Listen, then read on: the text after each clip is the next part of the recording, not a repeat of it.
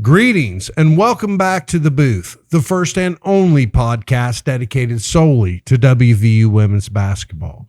I'm Chad Atkins, and I have the pleasure of being joined this episode by Ryan Idler and Shane Terrell.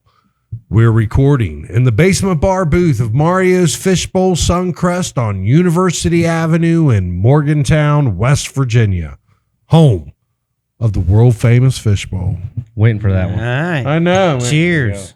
Little do all you people know that I just screwed that up like 4 times That was doing that. take 4. That's okay. Yeah. You do a lot, and you're greatly appreciated. So, But I giggle too much. You're allowed a little more mess ups than we are.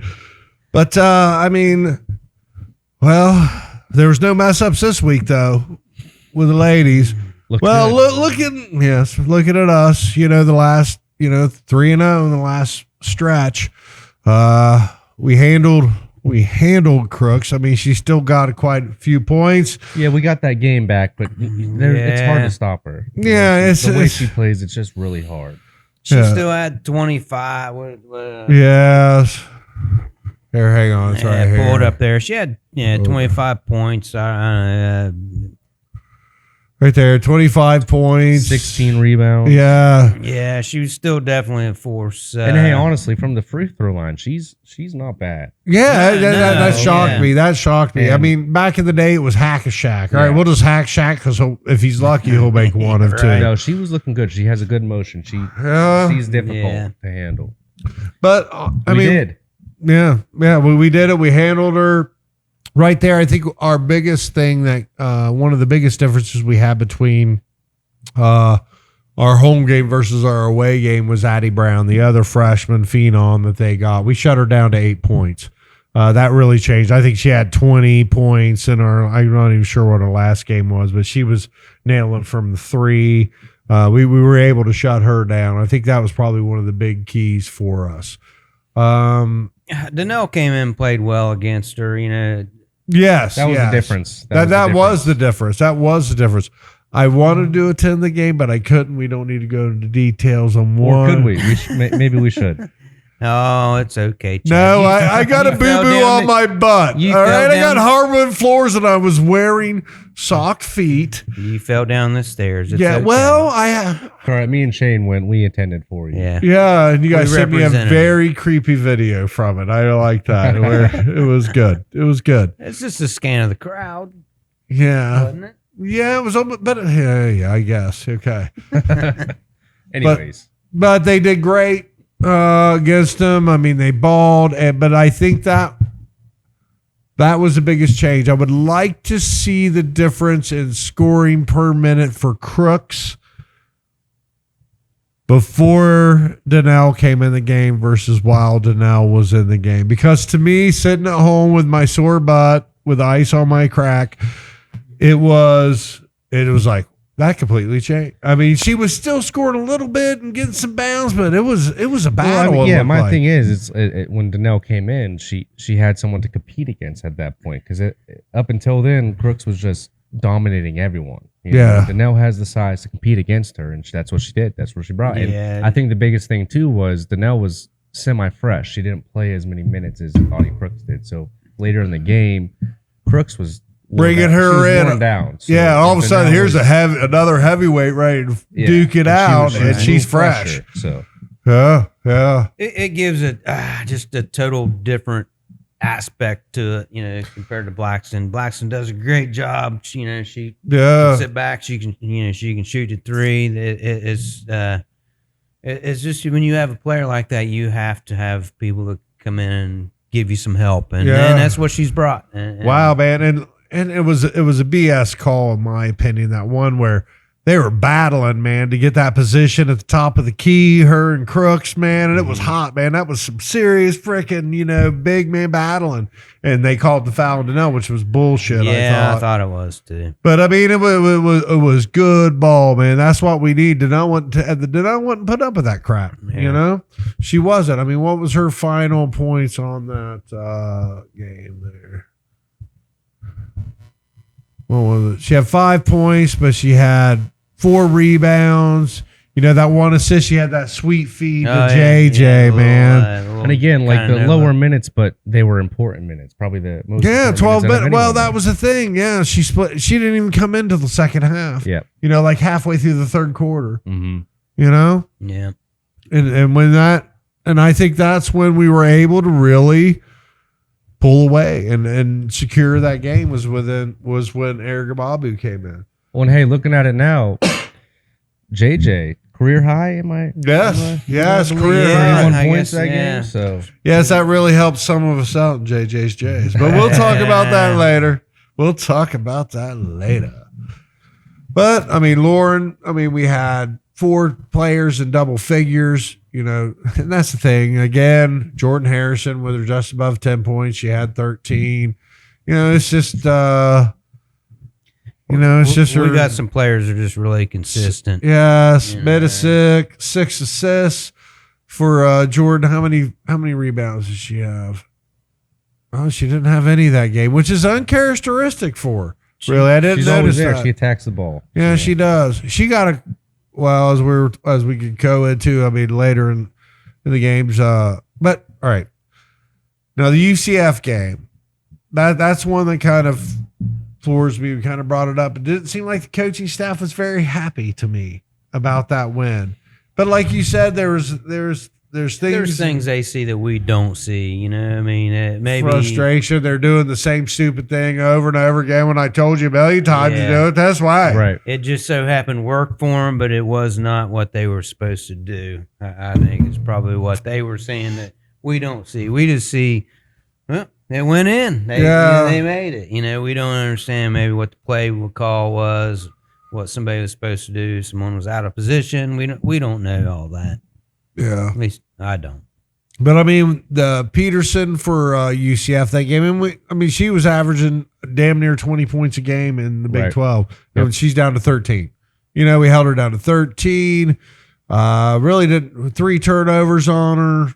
You know, I mean, honestly, that game, like we were talking about, it was an off game for them, and that was a game I expected to win, but they held it close with a lot of teams that are pretty competitive in our league. Yeah, so. We were talking about it. I mean, they lost by 3 to Baylor, and they just beat Iowa State. Yeah, which floors me. I mean, and I've said this multiple times this evening to you guys, but I think it's a sign of their just youth. You know, I think Addie Brown and Crooks are probably their best players that they have most contributing, and they're just young. They're just young, and the inconsistency shows up. You know, I think just due to their youth, because I think they can play with anybody. I mean, it was a sweep. You know, we handled things, but just a quick shout out to Coach Carey. You know, he was represented for the game. He's got a lot of WVU history. Obviously, he's a head coach for a long time. I just don't think we should not mention him. You are correct. You are correct. Yes, I mean the winningest coach in the history of WVU women's basketball. Right. Yes, he deserves to be mentioned. Yeah. So let's do. All right, toast Coach Carey. It was good to see him. We're always looking for the reason to toast. So we'll give reason to drink. We'll give Coach Mike Carey a toast. But like I said, it just shows how screwed up the Big 12 is. What a parody it is. And as we recorded this, we looked right before, and Kansas State, whose only loss came to Oklahoma. And by the way, Oklahoma's for fuck. I'm sorry, I just almost said the F word, but they're for real. I mean, they've only got better. Yes. Their only loss came to Kansas State away, and they just this weekend went to Kansas State and handled them, and beat them. That's their only losses to Kansas State, and they've beaten Texas. I was like, I'm not sure who they are, but they're ballers. There ain't no joke. Real quick, I believe it was Texas that beat Kansas State this weekend. No, was it? No, yes. No. Yes. All right, we're gonna look at Kansas State win 66-63. Okay, I digress. My bad. Yep. So they lost to Kansas State at Kansas State by 17 earlier in the year. And I mean, Oklahoma's for real. I mean, look at all the games after that. They just went off. Yeah. And Houston, they beat Texas. Away at Texas. I mean, that's huge. I mean, they're for real. They're for real. And for at least for the last game of our history, at least regular season with Oklahoma, we only got them once this year, and it's at home at least. At least we have that juggernaut. I mean, they're standing alone. They are standing alone in with one loss to Kansas State earlier in the year. They're 9-1 at this point. That's insane. Kansas State lost 2 games, and that's great. We are sitting alone at third, and that is huge. We've talked about it. The double bye that you can get in the Big 12 championship. Yep. It's huge for us to. We're sitting pretty nice to get that double bye right now. But that'll save us on hotel nights, right? Yes, if we go, yeah, we might end up going. We know what we need to do is pull a pop-up camper. No, let's just go and get a tent and just stay in a tent somewhere, Chad. Come on, man. It'll be March. It'll be warm enough. We'll be all right. But that is the key. And I think we have a good shot. We've talked about it, the remaining schedule. It's favorable for us to at least win 22, 23 games, before we go. But I think we need to go ahead and just look at what the next 2 games that we got before our next podcast. We got Texas Tech, and obviously, Baylor. I think, our probably our second biggest test of the season. And I think Texas Tech, we're pretty poised to win that game. Personally, I think home game, so that certainly helps. Yeah. Always a benefit to be at home. Yeah, but I think the big test for this next period until our next game is it's Baylor. Yeah, obviously. Yeah, Baylor's. They got 4 players averaging more than 10 points a game. All but one of them are over 6 foot tall. They're a good team. I mean, they've got what? They've got what is there? The 4 losses in the Big 12, granted, but man, they've probably run their gauntlet already. They've played Texas twice already. They've played Oklahoma. They're starting to play some of the lower tier schools now. Right. So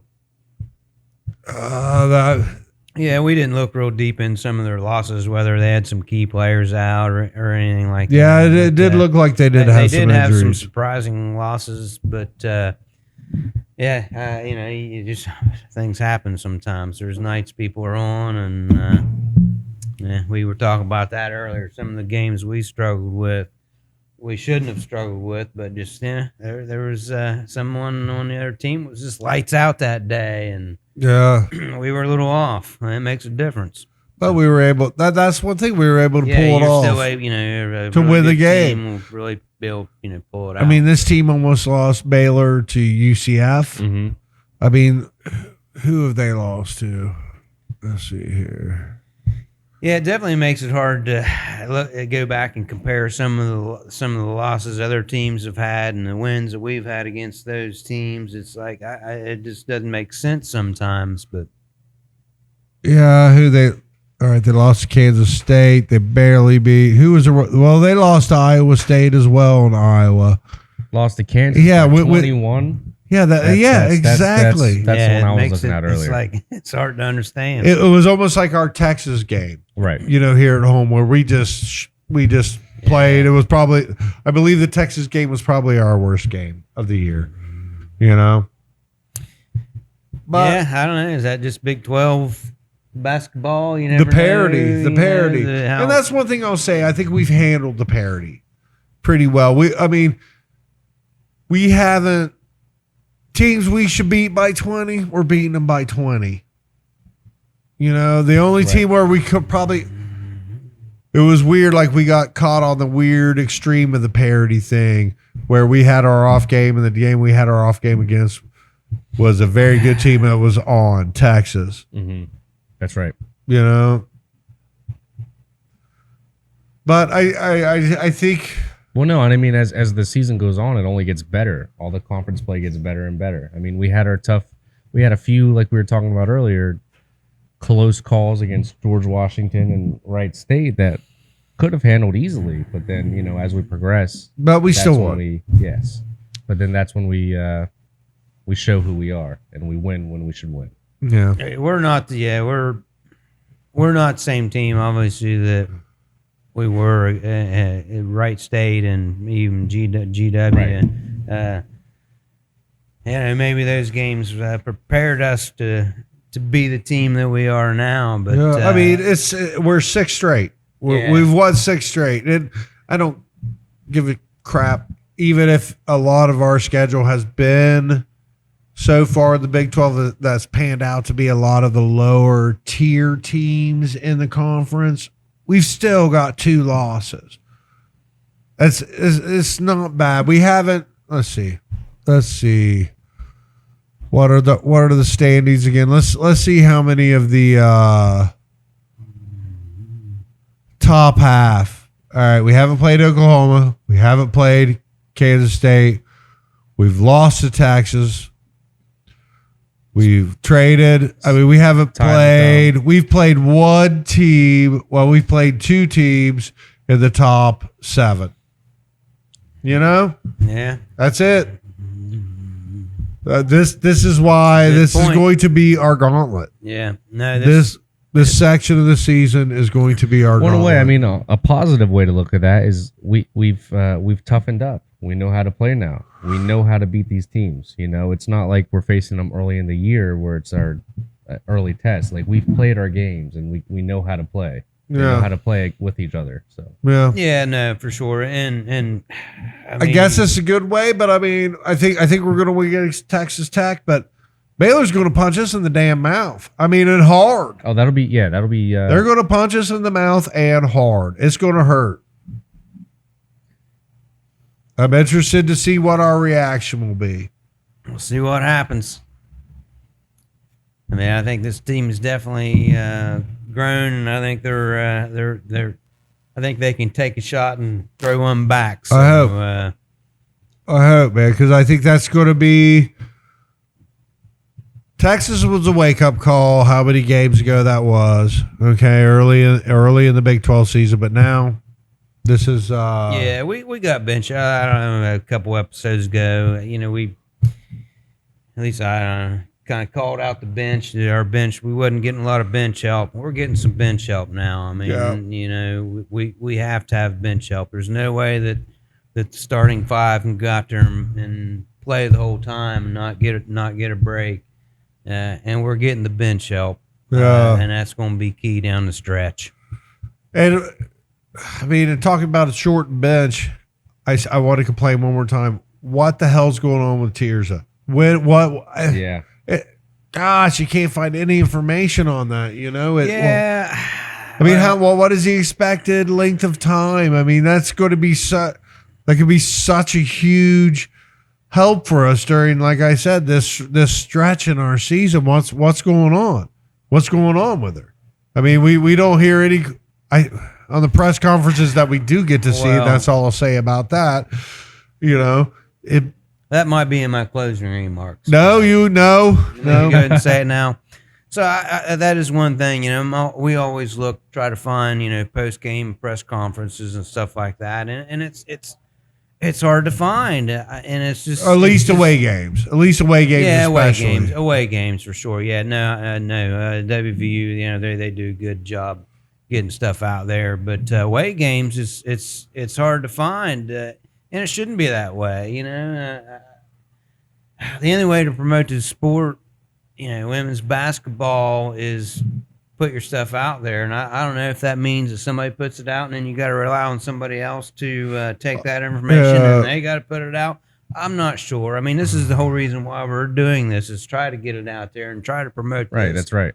You know what I mean? So I don't know. I mean, it kills me. I want to see what their emotions are after those games. You know, what their, the away games. I want to see it. Yeah. So if anybody is watching this and they know somewhere that there's better access to what let us know, please. We want to know I'm where we can watch YouTube or something. Or I mean, I've even been on.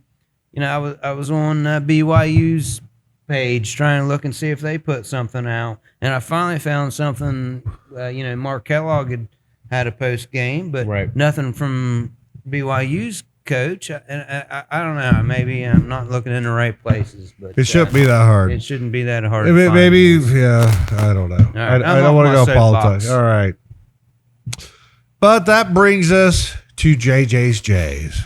JJ's Jays is a game that we play where we try and guess JJ's point total during the period of our podcast. Each game we take a guess at. For this period, it's going to be Texas Tech and Baylor. Yep.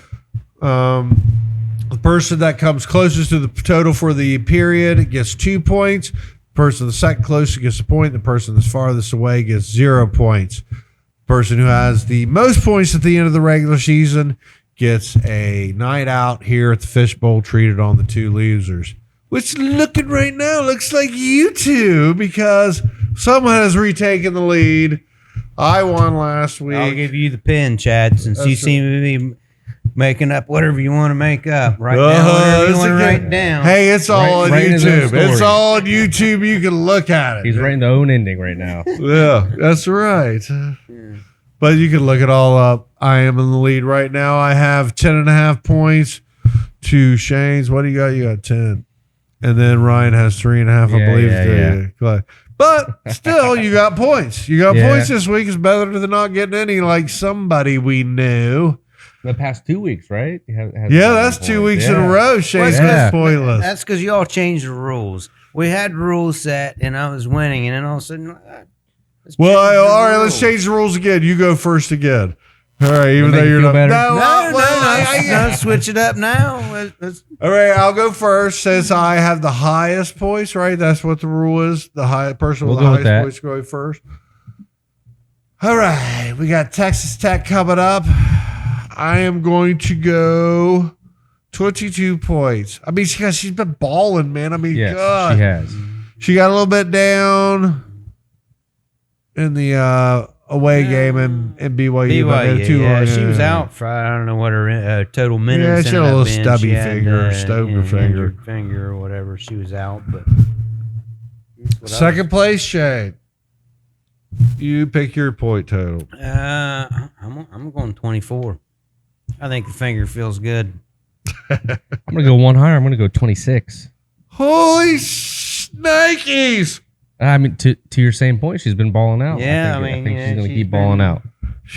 All right. So you think the trend is she's just going to blow it up, and her point totals go? I think she's averaging like 19 points something right now. I think it'll go up. All right. At least this stretch. All right. Next, Baylor. Away. A little more difficult. The start of a 2-game road trip.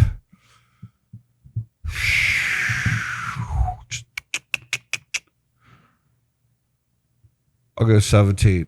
Okay. I'll go 17. They got some size. Like I said, almost every player besides their point guard is 6 foot or above. I'm going 21. I might be going low. I don't know if I've ever gone low in my life. Yeah, I'm going to go the opposite. I'm going to go down. I'm going to go down to 15 on one. Woo! 15. Not a slight. I'm thinking that's going to be a more. It's going to be aggressive on the road. I see it. I get it. I mean, I only went 2 points above. I get it. The highest point total goes to Shane. He went with 45 points for. Help me out, JJ. 24-21. Second highest in the middle. I think this is your plan now. Is 41 with Ryan. And I went the lowest. I went 39 points for these next 2 games. 22 for the first, 17 for the second. All right, guys. All right. Well, where are we going from here? We kind of skipped over a few things. I feel like. No, I think we're gonna have to wrap it up. Yeah, we've been. We've been jabbering too much, sir. We did jabber a lot. We did. We talked too much crap. We did. All right, but anything you want? Any closing remarks? I was just going to give a shout out to Lauren Fields on the BYU game because we kind of totally skipped over that one. Yeah, we did. We talked too much about the Big 12 stuff. But, hey, right, I'll say this. Obviously, JJ, and I think JJ at the players of the game, JJ and Iowa State and UCF. And then Lauren Fields, player of the game at BYU. That's a very safe bet. I like that. All right. For sure. All right. There we got it in. We got players of the game. No discussion. Another shout out to Danelle. Yeah, for the Danelle Iowa State game. keeps coming in. Coming in, doing what she needs to do. Yes. What was it? And another shout out and a toast before the final toast. JJ got her 200 steal. Correct. And I don't know, maybe I'm wrong on this, but she got student athlete of the week? Yeah, multiple times. She better make All-American. If not All-American, then MVP of the Big 12. All right, I said that episode 1. It's all right. All right, we're running. We're past 30 minutes now. That's one thing. We got a little bit of new setup, and I can actually see how long it's been at this point. All right. All right, guys. Okay, that's going to wrap it up for us. We've cut it short, but we need to because we're talking too long. All right, but for Ryan and Shane, I'm Chad. Until next time, we'll see you at the call. See you. And you better get there. Yeah.